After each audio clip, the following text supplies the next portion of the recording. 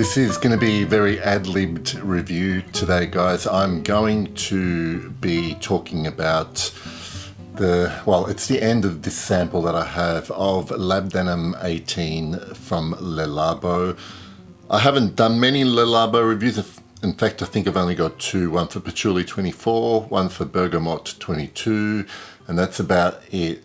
Generally how I feel about this house in terms of what I've tried is that I have kind of enjoyed the perfumes I've tried from there, but there is no way that I can see the... Look, I'm going to be talking a little bit about pricing and whatnot and talking about other brands as well. I'll start off just describing this perfume if you haven't tried it before. This has been around for a while. I think it was released in 2006. The perfumer is Maurice Roussel. Now, when I first smelled Labdanum 18, the first thing it reminded me was another Maurice Roussel composition, and that is Helmut Lang's Eau de Parfum. Now, the originals of these were made before Labdanum 18, and this one that I have here is a re-release from 2014. In my mind, I thought they smelled similar, and it wouldn't have been surprising if the same perfumer was using, signature accords, using musks and a material that he's well recognized for. His ability with creating lovely musk accords is very recognized. And so it did remind me a little bit of this. Only when I've smelled them side by side now do I realize how much more intricate Eau de Parfum from Helmut Lang is. It's definitely got more florals, and there is a fresher aspect to it. So it really feels to me, we've got something like Labdanum 18, and I've got the dry down going here. I'm going to smell it again, and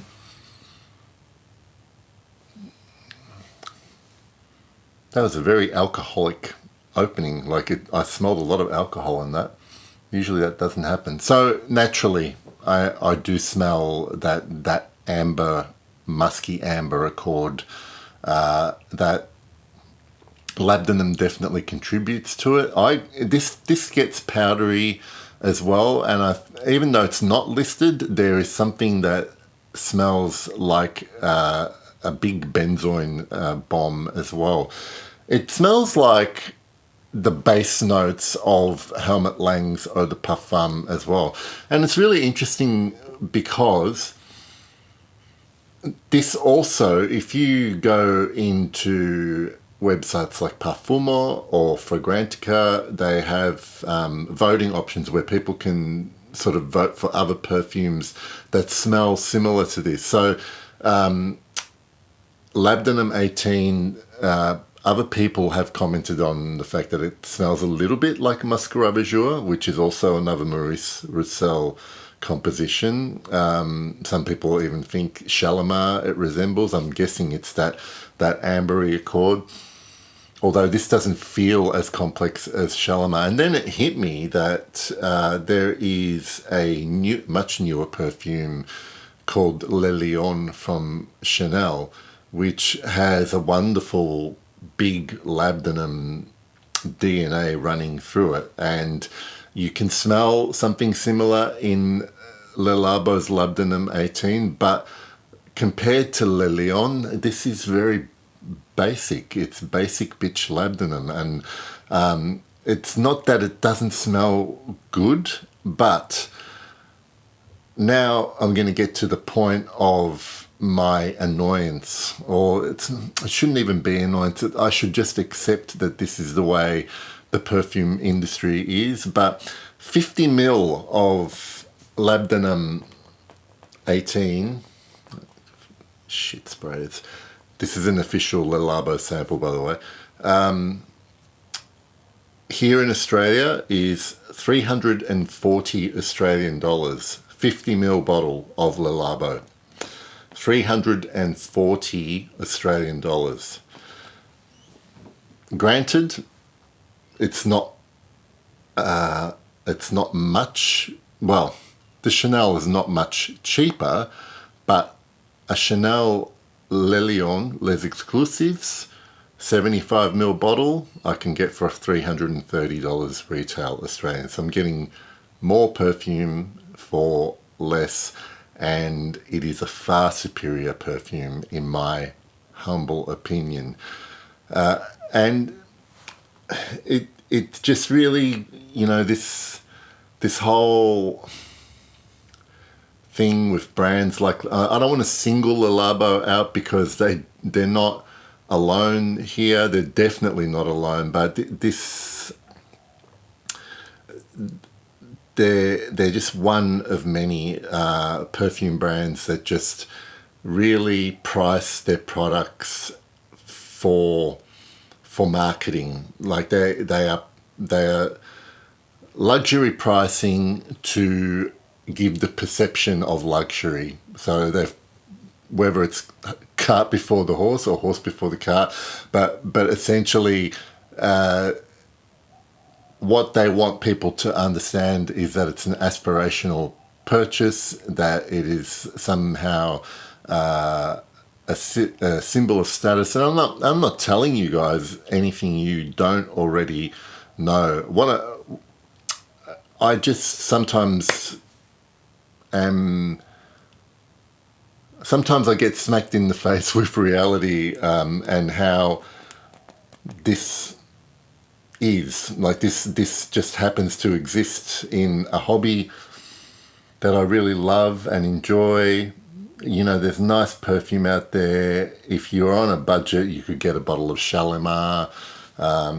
If you want something a lot more interesting and complex, and you can afford to spend similar money, there's no way I would recommend Labdanum 18 over something like Le Lion from Chanel. They're not the same perfume, again, but if you like this type of perfume profile, absolutely. Now, I'm very happy that I have this Helmut Lang, which cost me nowhere near what it would have cost me to buy this. This has been discontinued now, and it to me, when I bought it, it represented good subjective quality matched with a reasonable price for this. I can't remember what I paid for it, but I know it wasn't. I didn't shirk at the price when I bought it. Whereas there's no matter how much I could love a Le Labo perfume, or a Roja perfume, or a Fragrance du Bois perfume, or a Clive Christian, or a Baudelaire de Victorious, at the prices these, for example, okay, and there's probably others as well who are following those footsteps. I can't even comprehend loving a perfume enough that I would be willing to pay retail for those prices. And it's all very well for fragrance influencers to, sing the praises of these perfumes when they're getting sent to them, and there's no skin off their nose financially about talking them up. But hopefully the people watching these things do not watch that and in any way think that there is a correlation between the scent and the price, the quality and the price that they're paying, because there isn't. There's shit perfumes that cost hundreds of dollars. There's shit perfumes that cost a few dollars. There's good in every price bracket between those. So I'm going on a little bit of a rant. It's a bit frustrating. I actually don't mind Labdanum 18. I definitely would not get a bottle of it. Mainly not, and apart from the price, mainly because there are just better alternatives as far as I'm concerned. If you like this accord, like if you like that ambery, musky, powdery stuff, well, it's probably discontinued now. I prefer something like Benjoin Bohème from Diptyque. But like I said, the Labdanum, if I really want that beautiful body and ambery resinous and bit smoky and animalic, I would definitely prefer something like Le Lion from Chanel. And I already had that base along with beautiful florals and, you know, complexity and freshness in Helmut Lang Eau de Parfum. So in all good conscience, I could not recommend anyone buy Labdanum 18 at the retail price. You might like it if you get a discount partial, go for it. Sample if you can, as long as their sprays freaking work. Otherwise, a decant will do. See, I can't. There's like a little mill of juice, and it won't even come out of the sprayer. That's it for me. All right, see you later, guys.